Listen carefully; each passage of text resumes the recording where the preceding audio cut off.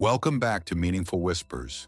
Tonight you find yourself beneath a sky so heavy it seems ready to fall, yet it hangs, silent, unbroken, eternal. There is a faint hum in the room around you, maybe from a distant appliance or the soft breath of the night itself. The clock ticks lazily, its rhythm like a slow heartbeat, reminding you that time hasn't stopped, even if it feels like it could. The air feels still, like the pause before a storm, or before a story too vast for words. And yes, your ego might not make it through unscathed. So before we dive in, tap that like button and subscribe to Syphoria, only if these midnight mind voyages truly speak to you. Now tell me, where are you listening from? Comment your city and the time glowing on your screen. Let's see how far across the map of consciousness we stretch tonight. Now dim the lights, maybe turn on a fan for that soft background hum, and let's ease into tonight's journey together. You drift upward, almost imperceptibly, leaving the safe floor beneath your feet. Your breath slows. Inhale deeply. Feel the chest rise. Hold for just a moment, and exhale, like you're letting go of something that no longer belongs to you. The night folds into itself, and suddenly you are in another place. Not quite Earth, not quite a dream. There he stands, Atlas. But you do not see him the way he appears in marble statues. Muscles sculpted like a hero, balanced in eternal poise. No, you see the raw truth. His knees tremble, his skin is cracked with the weight of centuries. His breath is not heroic, but ragged, almost human. He doesn't look at you, doesn't notice you. His entire existence is consumed by the endless curve of the sky pressing down upon his shoulders. It's almost funny, almost how the one tasked with holding the heavens seems so small beneath them. You want to step closer, but the space between you feels like an ocean.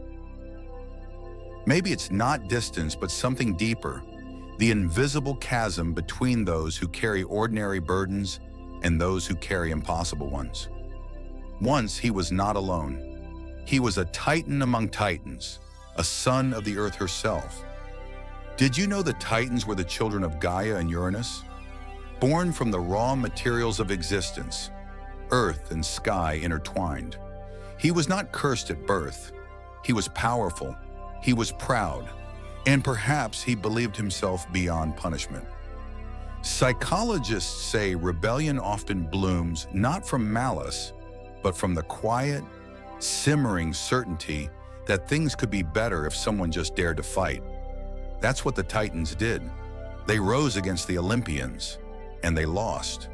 There's an old anecdote, maybe myth, maybe metaphor, that during the final moments of the Titanomachy, Atlas did not scream or plead when Zeus handed down his punishment. He simply stood still, staring at the new ruler of the heavens, and nodded. As if he already knew there was no other ending, as if he had already accepted the weight before it was given. Historians still argue whether the story of Atlas was meant as a cautionary tale about pride or a quiet tribute to resilience. Was he meant to be pitied or admired? Nietzsche once wrote, "He who has a why can bear almost any how." But what if you have no why? What if the weight is meaningless? Does that make it heavier? You step closer and notice something strange. The sky itself trembles slightly on his back. It feels alive, as if it's not just a punishment, but a living thing pressing against him. Imagine the pressure of holding not just the weight of the world, but the weight of eternity. You suddenly feel your own spine, your own shoulders, and they feel heavy too. You shift your posture without thinking. Take another breath. Feel the crown of your head, the gentle pull of gravity. Notice how your body always bears weight without complaint. And in this moment, you realize you are not so different from Atlas. There's a quiet irony in the way the world remembers him. We use his name for maps and books of knowledge, atlases, as if to say the world rests neatly on his shoulders in pages we can flip. But here, In this quiet place between myth and memory, the weight is not neat. It is not organized or cartographed. It simply is. For a fleeting second, you almost hear his voice. A deep, hollow resonance like wind moving through stone caverns. But the words are swallowed before they reach you. Maybe he no longer remembers how to speak. Maybe silence is safer when you have no one to listen. And you, standing there in the shadow of his suffering, feel a strange mixture of awe and unease. Because somewhere deep down, you recognize that this story is not just about him. It's about you, about the unseen burdens you carry without applause, without relief, without anyone knowing how close you've come to breaking. The stars shift slightly above, and for a moment you almost believe you see his knees buckle. Almost. But he does not fall. He cannot fall. You remain there, hovering at the edge of his vast shadow, watching Atlas in his unending stillness. It's not the stillness of peace, but of necessity. He cannot move. He cannot rest. And yet, he endures. You wonder, how does the mind survive such an endless sentence? Psychologists have long debated the concept of learned helplessness, the state in which a being stops trying to escape pain, even when freedom is possible. It was first observed in animals, but humans are no different. After enough failure, after enough punishment, the mind simply accepts its cage. But Atlas, his is not learned helplessness. His is chosen endurance, a punishment he cannot resist, but somehow continues to hold without breaking. There's something terrifying in that. Something oddly noble, too. You notice the landscape around him. It's barren, not of life exactly, but of time. There are no days or nights, just a constant muted twilight, as though the world forgot how to turn. The ground is cold, rough beneath bare feet, and silent except for the faint vibration of the heavens pressing down. It's strange, like standing inside an idea rather than a place. Some say Atlas didn't just hold the sky. He held the axis of the cosmos itself, the celestial spheres that govern the stars. And if he faltered, everything would collapse. That's the myth. But here's an odd little anecdote. In some forgotten versions of the story, Atlas actually tricked someone into taking the burden, even for a brief moment. Do you remember Heracles, the mighty hero who came seeking the golden apples of the Hesperides? He convinced Atlas to retrieve them, and in return, he would hold the sky. For a short while, Atlas was free. Can you imagine that sensation? After eons of crushing weight, to feel lightness. But then, of course, Heracles handed it back, cleverly, slyly, reminding Atlas it was his to bear forever. You can almost see the echo of that moment etched into his expression, a flicker of what it felt like to be free. Brief, impossible, unforgettable. And maybe that's the cruelest thing. Not the endless weight itself, but the memory of what it was like to not carry it. Historians still argue whether this part of the myth was added later as a lesson about trust, or simply to show that even the greatest strength can be outwitted by cleverness. But for you, the meaning feels deeper, almost psychological. Even the strongest among us can be undone by hope. Atlas shifts slightly, the massive curvature of the heavens quivering on his shoulders. You notice how his hands grip the sky, not delicately, but like a man clinging to a ledge. His fingers are cracked, calloused beyond recognition, yet steady. You realize he cannot drop it. There is no letting go. Letting go would mean everything above would crash into everything below. There is no relief, only endurance. Nietzsche whispered once, "No one can build you the bridge on which you must cross the river of life." You think of that now. No one can take Atlas's bridge. No one can bear your private burdens either. They can only watch, just as you're watching him now. Breathe in deeply. Feel the rise of your chest, the weight of air as it fills you, Hold it for 3, 2, 1, and let it out slowly. Notice the tiny relief that follows even the simplest release. Imagine never having that moment. Imagine a breath that can never be exhaled. You wonder what he dreams of, if Titans dream at all. Does he think of the days before the war, when he was free to walk, to speak, to laugh? Or does he think of nothing at all, emptying his mind to survive the endless now? Silence is safer. Memory might break him. And here's a strange thought. You feel that perhaps the silence itself is alive. It stretches between you like a living thing, heavier than words, heavier than the sky. It presses on you too, as if sharing a fraction of what he feels. Your knees almost give slightly, a phantom ache in your spine. Oddly, there is no hatred in him, no fury for Zeus, no resentment for the Olympians who condemned him. Maybe after so long, even anger is too heavy to carry. Maybe the weight of the sky erases all other weights, leaving only existence. You recall a whisper from another myth, the idea that even punishment can become identity, that if you carry something long enough, it stops feeling foreign. It becomes you. And so you wonder, is Atlas the Titan holding the sky? Or is the sky the thing holding him in place? A faint breeze brushes your cheek. It feels cold, ancient, as though it traveled through the endless heavens themselves before touching you. It reminds you, just for a moment, that you are still here, still breathing, still free to move. You can leave whenever you want. He cannot. There's a subtle irony that creeps in like a soft smile you didn't expect. People on Earth say things like, "I feel like the weight of the world is on my shoulders," never realizing how close that metaphor is to reality for this Titan.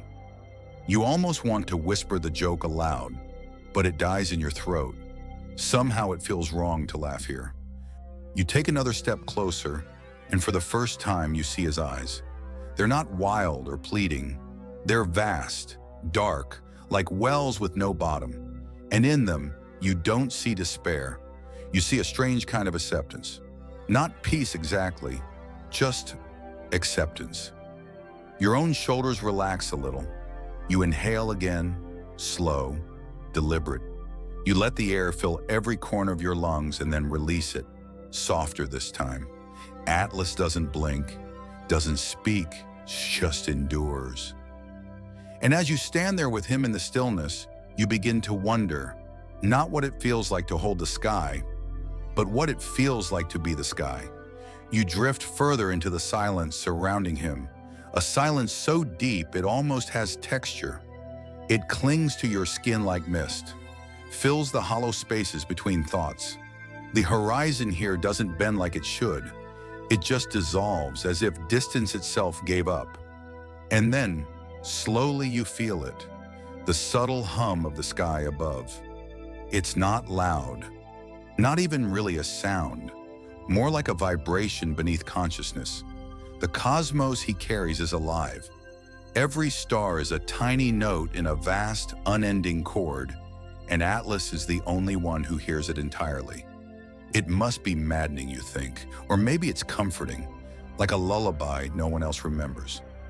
Here's a mainstream truth whispered by history. The Greeks believed the heavens were not empty voids, but crystalline spheres nested one inside another, each carrying celestial bodies in perfect harmony. So when Atlas holds the sky, he isn't just holding space, he's holding order. Without him, the harmony shatters. The stars fall, the world spins into chaos. But there's a stranger thread woven into this myth. Some obscure philosophers claimed Atlas wasn't punished for rebellion, but chosen because only he could bear the weight. Not guilt, not shame, just necessity. Imagine that. You're suffering not because you deserve it, but because no one else can survive it. You can't decide which is worse. Your fingers trace the air near his colossal arm, though you never quite touch him. The muscles seem carved from mountains, veins like riverbeds.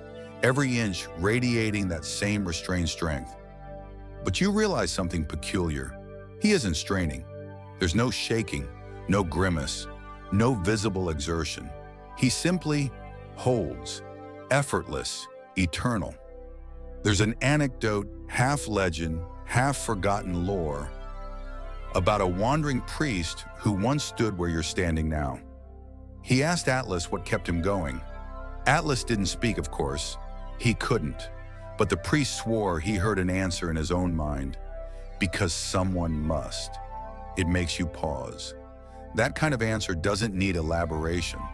It's the same quiet reasoning you sometimes feel when you push through your own endless days. Not because it's easy, not because it's fair, but because someone must.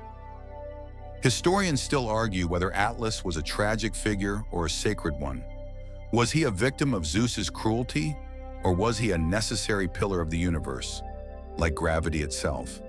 The line blurs. Maybe tragedy and sacredness are two sides of the same coin. You inhale again, long and slow, and as you exhale, you notice the tightness in your shoulders soften. You drop them just slightly. Feel that little ripple of release. Good. Let the breath remind you, you're not holding the sky. Not yet. In the stillness, you hear a whisper of Jung's words. In all chaos, there is a cosmos. In all disorder, a secret order. You wonder if Atlas embodies that secret order, the hidden balance that no one sees but everyone relies on. Your eyes wander to the faint glow overhead. It's not the night sky, you know, but something stranger. Vast, swirling bands of light, rivers of stars bending in impossible curves. Time doesn't seem to pass here, or maybe it does, but so slowly you can't feel it. And then, almost without warning, a memory drifts through you. Your own life, your own small burdens, times when you felt crushed, as if the sky itself was pressing down on your chest. Compared to this tightened sentence, your struggles feel lighter. But you know better than to dismiss them. Pain doesn't need scale to be real.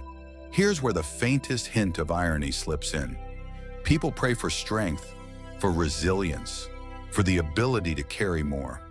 But standing here, you almost want to pray for the opposite, the freedom to carry less. Another breeze stirs, brushing your skin with a chill that smells faintly of rain on stone. You close your eyes and breathe with it. 3 counts in, hold, 4 counts out. Feel how the body eases into that rhythm, as if it already knows how to let go. But Atlas, he doesn't let go.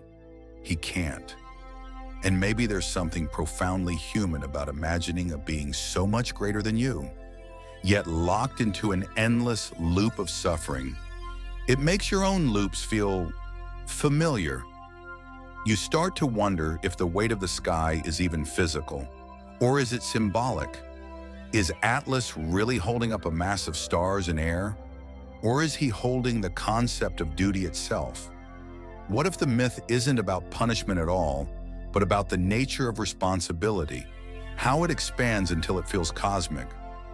You catch yourself thinking of your own responsibilities, those tiny worlds you hold in your hands. Jobs, families, secrets, promises. They don't seem so tiny anymore. They're their own little skies, aren't they? And you carry them silently, just like him. A faint smile crosses your lips. Not because it's funny exactly, but because there's a strange kinship in it. Even across eons, across species, across myth and flesh, Atlas feels oddly familiar. And suddenly you're aware of your own breath again, the slow rise and fall of it grounding you. You're not a titan. You're not trapped in eternity. You can still rest. You can still step away. But you don't, not yet. You stay looking up at the infinite dome above him and realize the strangest truth of all. Maybe the sky doesn't need Atlas to hold it. Maybe it would stay in place anyway. Maybe his punishment was never about necessity. It was about belief. He believes he must hold it, so he does. And you wonder, how many weights in your own life are the same? Things you carry because you believe you must, though maybe you don't. The thought hangs there like a quiet revelation. You drift even deeper now, past the stillness, past the hollow ache of eternity, into the faint pulse beneath it all. Atlas remains motionless, yet you sense a vibration in the ground, subtle as the hum of blood in your veins. You tilt your head and almost imagine it's his heartbeat. Or is it the heartbeat of the sky itself? Your gaze lingers on the horizon where the sky meets nothingness. And for the first time, you feel the loneliness pressing in. It's not just isolation. It's an absence so complete it feels like it could erase you if you stood here too long. No voices, no footsteps, no birds cutting the silence with flight. Just one figure, bound to one endless task. A simple historical truth drifts into your mind. In ancient Greek art, Atlas was often shown not as defiant, but sorrowful. Kneeling, head bowed, the celestial sphere resting heavy on his shoulders. He wasn't a villain, he was a symbol, a reminder that even gods could falter beneath weight they didn't choose. And yet there's a strange, almost tender rumor hidden in the old tales.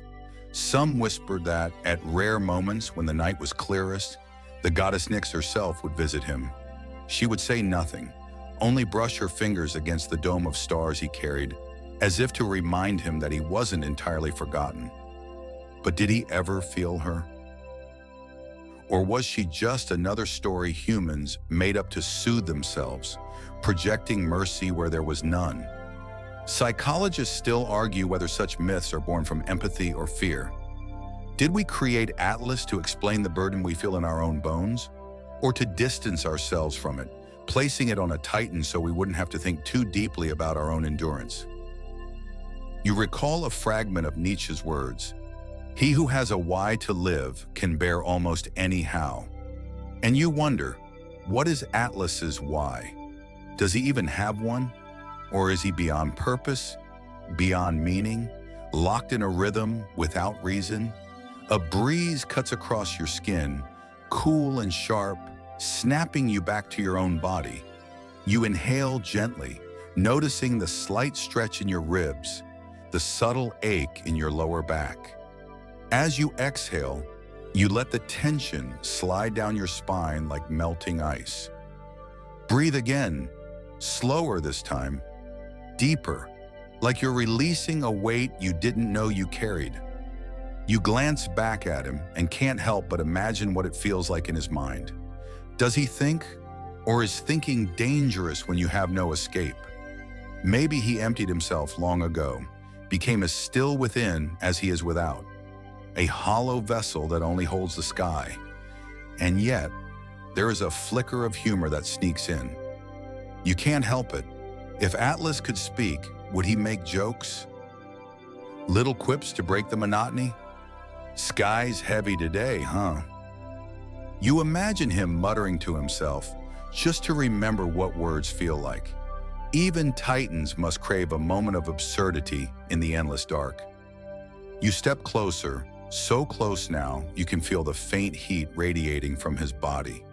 Not the warmth of a living creature exactly, but something older, more like the warmth of stone that has held the sun for 1,000 years. A peculiar thought crosses your mind, a sensory one. What if you placed your hand on his shoulder? Would the vibration of the sky seep into your skin? Would you feel the gravity of 1,000,000 stars pulling at your bones? You hesitate, and in that hesitation, you remember something. In another myth, there was a moment of reprieve. Heracles, mortal yet cunning, came to Atlas seeking the golden apples. Atlas agreed to fetch them, leaving the sky on Heracles' shoulders for a short time. Imagine that, the relief, however brief, of shedding the weight you thought was eternal. But the story ends with Atlas tricked back into his role, chained again to his burden, relief dangled like a cruel mirage. So you ask yourself, What would relief even feel like to him now? Could he bear freedom after so long in captivity? Or would it be emptier than the loneliness he already knows? You exhale slowly, letting the question dissolve like mist. Your breath softens, becomes slower, quieter, as if syncing with the rhythm of this place. You feel your body melting further into the calm. In the distance, a faint shimmer stirs across the sky he holds. A falling star streaks silently, leaving a trail that lingers longer than it should. It's a reminder that even within the unchanging, there are moments of beauty, tiny rebellions of light. And suddenly a memory from your own life surfaces. The moment you realized you were carrying something too heavy, yet you kept going anyway. That quiet moment when you didn't crumble, not because it was easy, but because the alternative felt worse. You realize that's the kinship here. Atlas is an alien. He's a mirror. You carry your sky, he carries his. The scale changes, but the feeling doesn't. You breathe again, deliberately, and notice how your chest rises like a gentle wave. You let the exhale fall out with no resistance. Good. Keep doing that. Feel the softness in your jaw, the way your tongue rests quietly in your mouth. Let even the smallest muscles loosen. Above, the stars look impossibly close, too close, like you could reach up and pluck one from its place. But you don't. You stay still, grounded, watching the Titan remain unmoved beneath the shimmering dome. And in this stillness, you begin to see a truth that doesn't belong to any one myth. Perhaps all of us, in some way, are holding up skies we never asked for. Perhaps all of us long for someone to see the weight, even if they can't lift it. And maybe, just maybe, you're not as alone in that longing as you think. You drift further into the quiet, where time no longer behaves like time. Minutes feel stretched, elastic, as if the very concept of now has dissolved into an endless continuum. Atlas is still there, unchanged, unwavering. The Titan's silhouette merges with the horizon, a solitary pillar holding the sky like an unspoken secret. The silence here isn't empty. It hums faintly, like the low resonance of the universe breathing. You inhale in sync with it, drawing the coolness into your lungs. As you exhale, the silence deepens, folding around you like a heavy velvet curtain. A simple fact rises in your mind like a soft echo. In Hesiod's Theogony, Atlas was punished not for rebellion, but for being on the losing side. He was a casualty of fate, not malice. And that's what makes it worse. He isn't evil. He isn't heroic. He's just trapped in the outcome. A neutral suffering. You think of an odd psychological anecdote you once read, the empty chair therapy, where you speak to an imagined presence and unburden your hidden weight. What would Atlas say if you placed an empty chair before him? Would he speak, or would the silence remain impenetrable, heavier than his task itself? And still, historians argue endlessly whether the image of Atlas was meant to inspire pity or awe. Was he supposed to remind mortals of resilience, or warn them of the futility of defiance? The ambiguity hangs in the air like fog. A fragment of Carl Jung's voice slips into your thoughts. No tree can grow to heaven unless its roots reach to hell.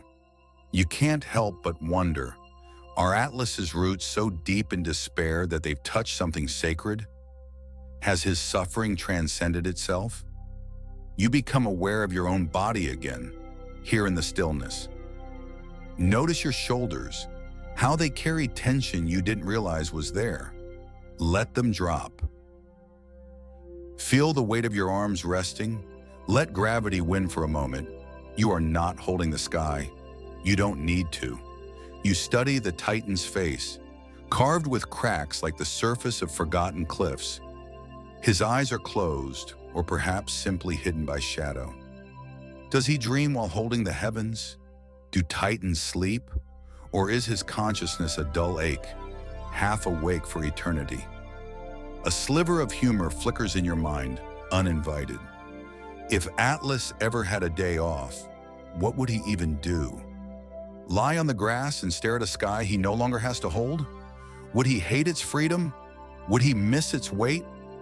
As you step closer, the air thickens, not with fear, but with density. It feels like being near a massive mountain. You can sense the immovable, the inevitable.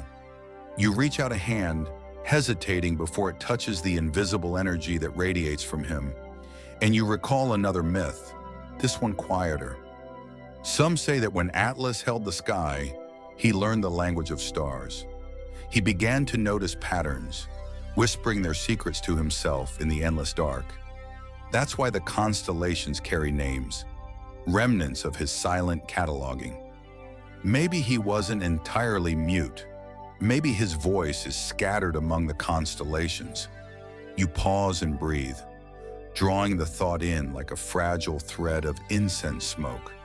Your breath slows again.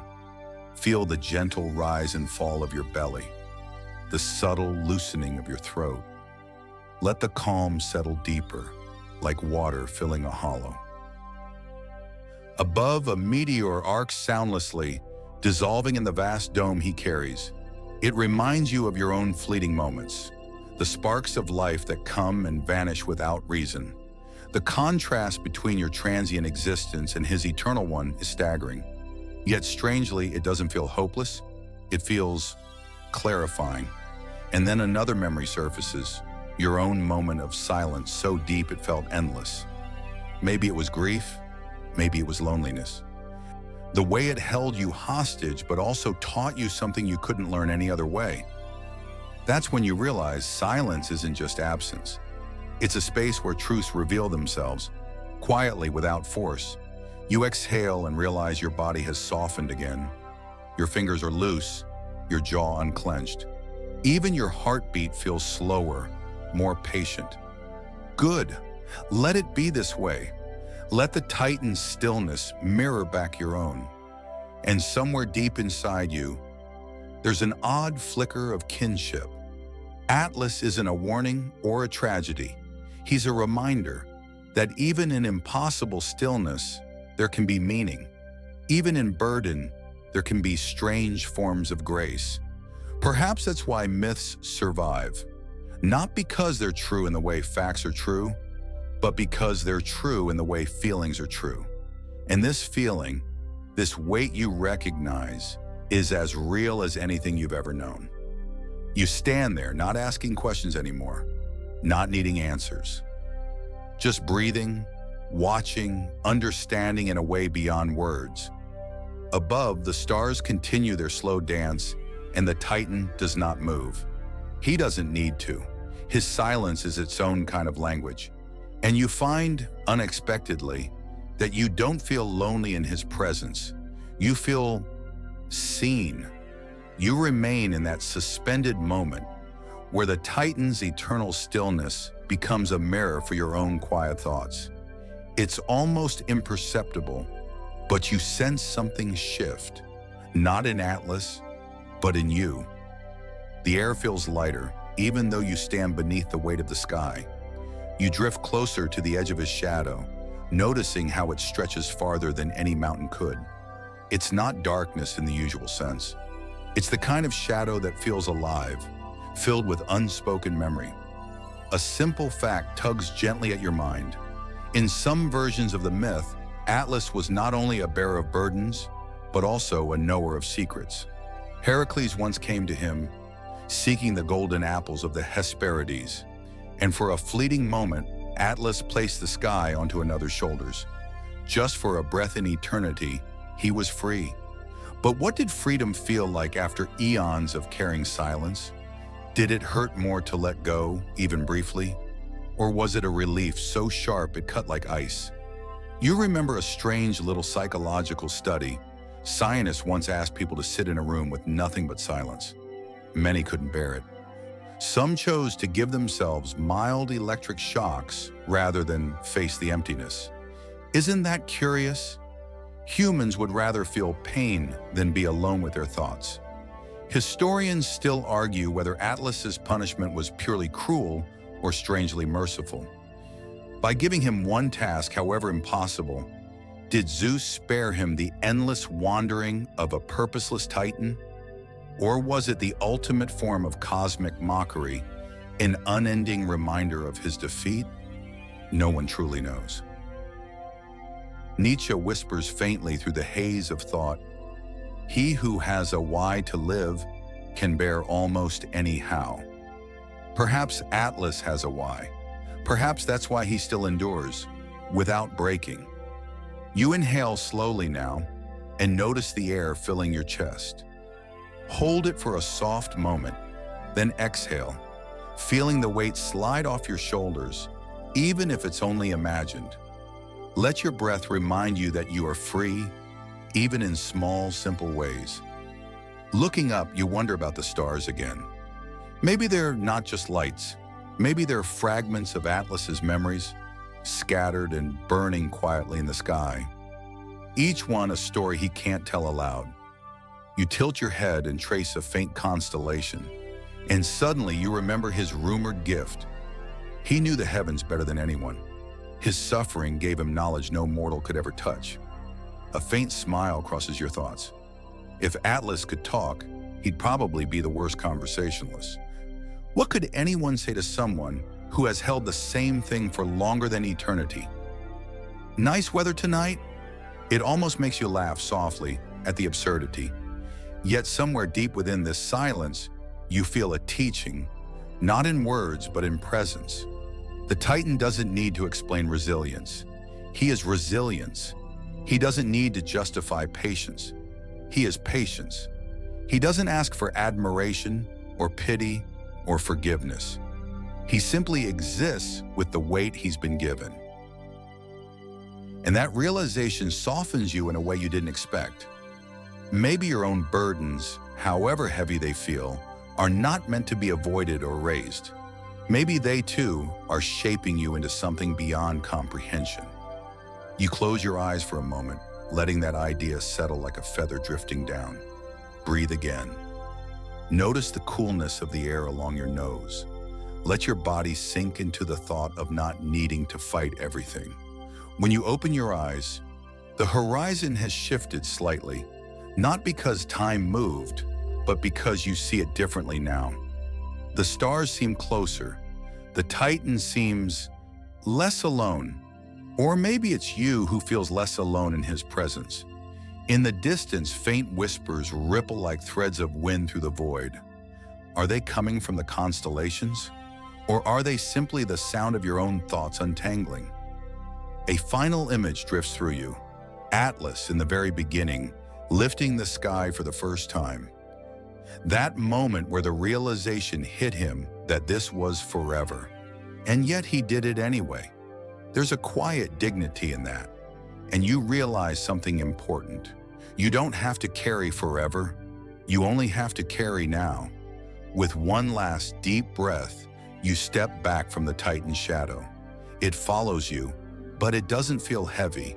It feels like a companion now, a soft reminder that you're allowed to keep going, even when you don't have all the answers.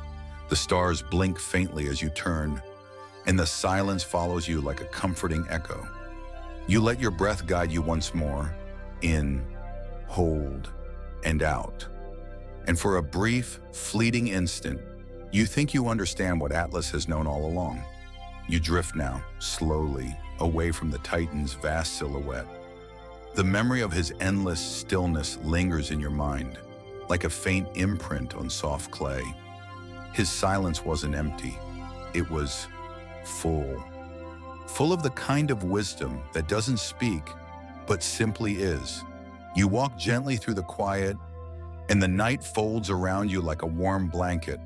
The stars are still above you, but somehow they feel lighter now, as if you've shared a moment with someone who has carried them all along.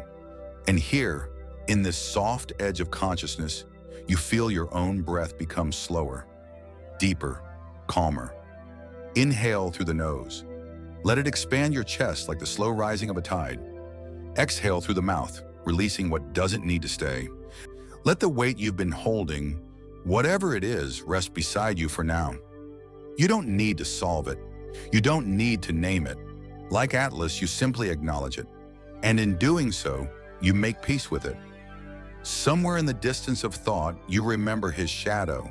And maybe, just maybe, you feel gratitude for it, for showing you that strength isn't loud, that resilience isn't always about moving forward.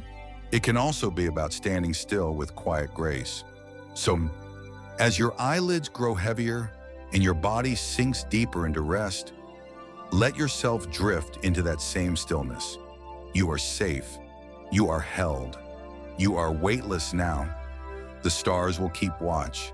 Atlas will keep the sky. And you can finally sleep.